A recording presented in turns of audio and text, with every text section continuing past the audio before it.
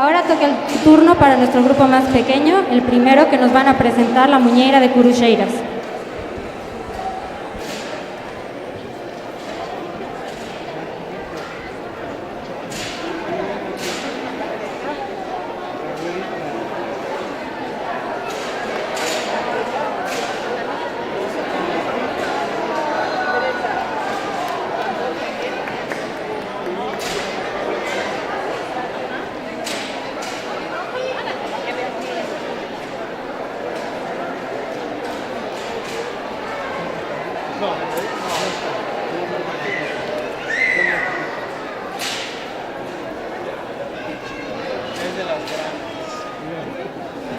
Romy.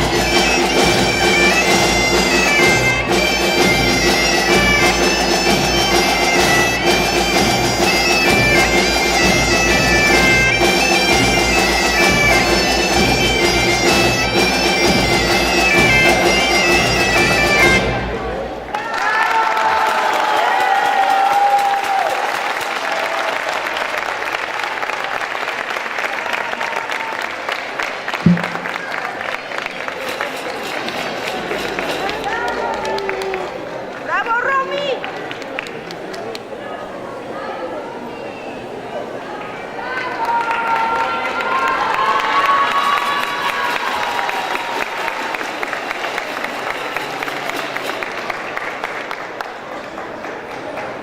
Un muy fuerte aplauso para nuestras pequeñitas que tienen de 2 años y medio hasta los 5, por favor, que son el futuro de nuestro cuadro artístico.